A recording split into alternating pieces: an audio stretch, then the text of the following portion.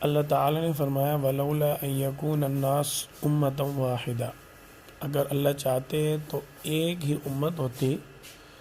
ولو شاء ربک لجعل الناس امۃ واحدۃ ولا یزالون مختلفین، ایک ہی مزاج کے ایک ہی طرح کے لوگ ہوتے، کوئی آپس کا اختلاف نہ ہوتا. تو دنیا کے اندر جو اختلاف ہے یہ اللہ تعالیٰ کی طرف سے ہے. تو اختلاف اس امت کا ویسے بھی رحمت ہے. تو انجینئر محمد علی مرزا کے بارے میں جو یہ بات کہی جا رہی ہے کہ اس کے قتل پر علماء کا اعلان ہے، یہ غلط بات ہے. دلائل میں اختلاف ہونا، نظریات میں اختلاف ہونا، اختلاف رائے ہر عنوان پر سیاسی، مذہبی، ہمارے ملک میں یا دنیا میں یہ درست ہے، لیکن قطعاً یہ درست نہیں کہ کسی قتل کا فتویٰ دیا جائے.